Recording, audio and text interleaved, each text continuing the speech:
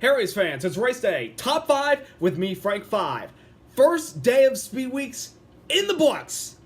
The front row is set. The Advanced Auto Parts class is complete. We're off to a strong start so far for Speed Weeks with a lot more stories left to come. A little bit of controversy at the end of the clash, but major horsepower from one of the big teams in racing to win the pole for the Great American Race. Number 1, William Byron, who coming off one of the most awful Rookie of the Years you could ever expect from anybody, even though he won Rookie of the Year, he finished 23rd in points.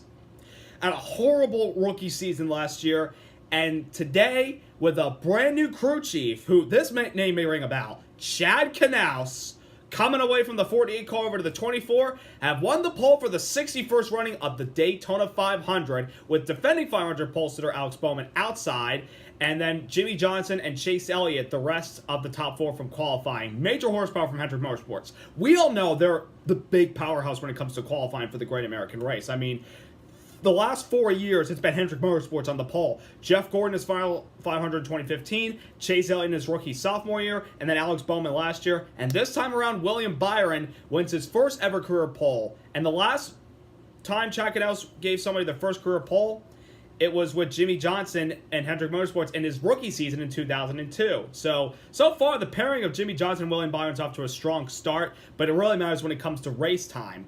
The problem, though, now for William Byron and Alex Bowman, now that they have the front row locked down, they need to bring their car home in one piece in the duels Thursday night, because if either of them tear it up, they're going to have to start shotgun in the field Sunday. So it's important that Greg Ives and Chad Knaus tell their drivers, they're very young drivers still, be smart, don't be reckless. And that's my motto. Be smart, don't be reckless, don't be an idiot. It's important for these guys to bring their cars home in one piece so they can start in the front row Sunday. I mean, Chase Elliott did in his rookie and sophomore season. Bowman did it last year when he basically dropped to the back and wasn't a factor at all. So William Byron's got to do the exact same thing on Thursday. Number 2, as far as the open teams without a charter, Tyler Reddick for Richard Childress Racing and Casey Mears, yes, that's right, Casey Mears for the first time since 2016, locked themselves in by being the fastest of the open cars in Sunday's qualifying session, so that means they're locked into the Daytona 500 on Thursday. Reddick, who's going to run the full Xfinity schedule for Richard Childress Racing, qualifying around the top 20. Mears qualifying around mid-top 25 in a second Germain Racing car that was bought by Premium Motorsports with crew chief Pat Tryson. So far, those are actually 2 of my picks to qualify, lock themselves in on Sunday's qualifying session. So far, I'm 2 for 2. And now the duels on Thursday will determine, of the open teams, which 2, 1 from each duel, are going to make the race and which 2 are going to be heading to the house. So it's Ryan Truex and Parker Kligerman in race 1. I'm taking Ryan Truex. And Brendan Gaughan and Timmy Hill in race 2. I'm taking Brendan Gaughan. So anybody that's, for people that want people to make the race on Sunday, have your open picks, just put them below in the comments. But those are my picks. Truex and Gaughan race their way in on Thursday. Number 3. Jimmie Johnson, who didn't win a single thing last year, not even a pole, a race. I know this didn't count, but he won the Advanced Auto Parts class today with a new crew chief in Kevin Mendering, who's new to the Cup Series after spending most of his time in Xfinity Series as crew chief for Elliott Sadler, and a new sponsor in Ally Financial Bank, which used to be GMAC, and you all know if you've been in the sport for a long time, that was sponsored for Hendrick Motorsports early days, like with people like his late son Ricky Hendrick and Brian Vickers. Jimmie Johnson won the clash, but not without some controversy, which I will get into in a moment. Johnson off to a strong start with qualifying and the Advanced Auto Parts clash, won the race. Kurt Busch's first outing was Chip Ganassi, and the 1 car finished second. Then it was Joey Logano, Ryan Blaney, and Alex Bowman the top 5, and my guy Chase Elliott came home with a 7th place finish. From what I can tell, the results aren't official.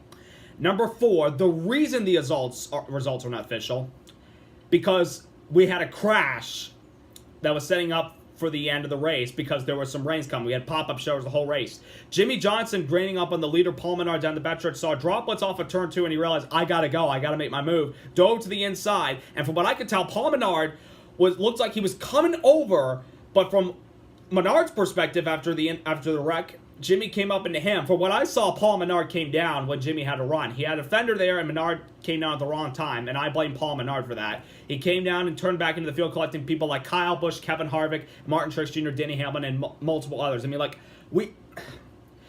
Michael Waltrip predicted before this race started, half the field's going to finish. He was absolutely right. We have like 10 or 11 cars finish this race, and like 5 of them have damage, counting, Elliott and Dillon and Almirola and those guys. If they had gone back green, I think they still could have contended, because they're like, not that bad, not a lot of damage. But, a lot of cars torn up, though. Now nobody can use those cars as their backups in case they wreck on Thursday or in practice sessions later in the week. So, big wreck, a lot of cars, but, you had to make moves at the end. And the race overall was pretty... Man, I was glad to see cars back on the track, but, literally there wasn't any passing. People were just sticking to the top. It's like the 2013 Speed Weeks all over again. Please don't let it be that way next weekend, and I don't think it will be. And finally, number 5, the week before Speed Weeks, we had our Hall of Fame inductees, Jeff Gordon, the GOAT, Roger Penske, Jack Roush, and the late Davey Allison and Alan Kulwicki inducted to the Hall of Fame. All 5 very prestigious people and very well-deserved of being in the Hall of Fame, and congrats to all those.